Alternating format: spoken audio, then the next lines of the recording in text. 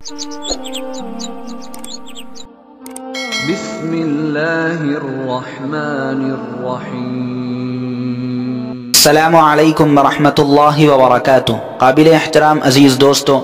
آج ہم آپ حضرات کے سامنے ایک واقعہ بیان کریں گے حضرت فضیل بن عیاض رحمۃ اللہ علیہ کا،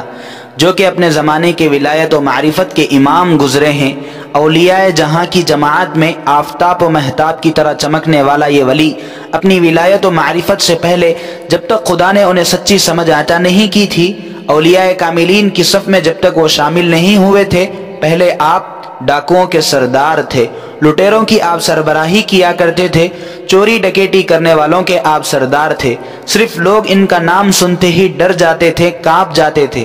میرے عزیز دوستوں، اللہ تبارک و تعالی نے اپنی توبہ کی توفیق سے، اپنے فضل و کرم سے انہیں ولیوں کا سردار بنایا۔ ایک دفعہ کا ذکر ہے کہ یہ کھجور کے درخت کے نیچے لیٹے ہوئے تھے، تو انہوں نے دیکھا کہ ایک کھجور کا درخت سامنے ہے، سوکھا درخت ہے، بالکل اس کے اوپر ایک اندھا سانپ لٹکا ہوا ہے جس کا منہ کھلا ہوا تھا، اور ایک چڑیا اس کے منہ میں آ کر کھجور ڈال رہی تھی۔ تو یہ دیکھنے لگے کہ یہ عجیب ماجرا کیا ہے کہ یہاں کھجور کے درخت پر نہ کوئی کھجور ہے اور یہ اندھا سانپ ہے۔ سانپ اور چڑی میں بالکل مطابقت ہے ہی نہیں، یہ دوسری مخلوق ہے، یہ دوسری مخلوق ہے، یہ کس طرح اس کو کھلا رہی ہے؟ کیا دیکھتے ہیں کہ ایک دور درخت سے چڑیا وہاں جا کر کھجور لا کر پھر سے سانپ کے منہ میں ڈالتی ہے۔ تو حضرت فضیل بن عیاض رحمۃ اللہ علیہ کے دل پر چوٹ لگی کہ اے اللہ، یہ آپ کی کیسی مخلوق ہے، یہ آپ کا کیسا فضل ہے کہ آپ جب اس اندھے سانپ کو رزق کا انتظام کر سکتے ہیں تو تیرے بندے فضیل کو کیا ہو گیا؟ یہ لوگوں کے مال پر ڈاکہ ڈالتا ہے،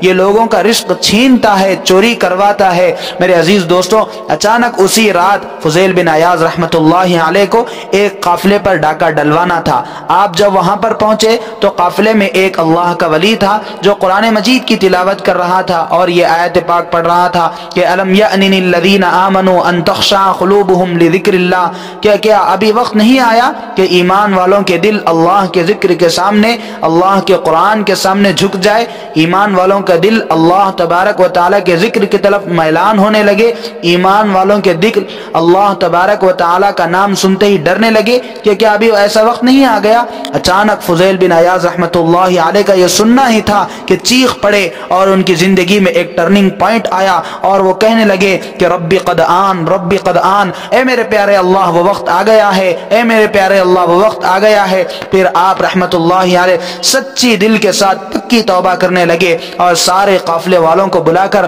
ان کا سارا مال ان کو لوٹا دیا اور پھر جنگل صحراؤں کی طرف نکل پڑے۔ پھر وہاں جا کر ایک جگہ آرام کر رہے تھے،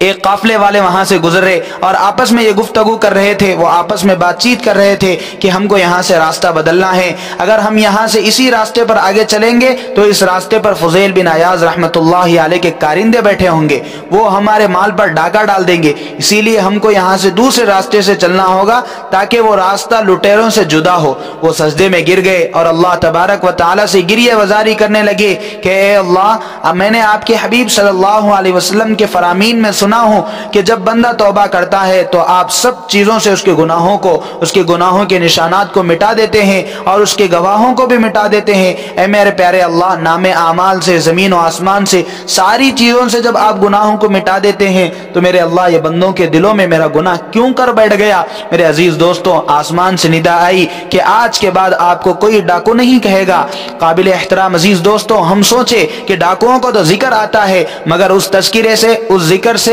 حضرت فضیل بن عیاض رحمۃ اللہ علیہ کی قدر و منزلت میں کوئی کمی نہیں آتی، بلکہ ان کی وقعت میں، ان کی شان میں، ان کی قدر و منزلت میں ایک قسم کی بڑھوتری ہوتی ہے اور ان کی وقعت، ان کی شان و شوکت ہر مسلمان کے دل میں بڑھ جاتی ہے۔ عزیز دوستوں، ہم بھی سوچے کہ اللہ کی شان کیسے عظیم ہے کہ کیسے کیسے بندوں کو اللہ تبارک و تعالیٰ کیا بنا دیتے ہیں۔ وقت کے بڑے بڑے علماء، وقت کے بڑے بڑے محدثین ان کے دیدار کے لیے، ان کی جھلک کے لیے بالکل بے تاب رہتے تھے۔ میرے عزیز عزیز دوستوں، کائنات میں کوئی کسی کا اتنی شدت سے انتظار نہیں کرتا جتنا رب اپنے بندوں کی توبہ کا انتظار کرتا ہے۔ اسی لیے اس واقعے سے سوچے کہ اللہ تبارک و تعالیٰ کیسے بندوں کو کیسے مواقع کے ساتھ اپنی قدرت کا اظہار کرواتے ہوئے یا کسی ایک آیت کو بہانہ بنا کر اللہ تبارک و تعالیٰ بندے کو توفیق دے دیتے ہیں توبہ کی، اور بندے کو توفیق دے دیتے ہیں راہ راست پر آنے کی۔ لہٰذا ہم بھی سچا پکا عہد کریں کہ جب اللہ تبارک و تعالیٰ ڈاکوؤں کے سردار کو ولیوں کے سردار بنا سکتے ہیں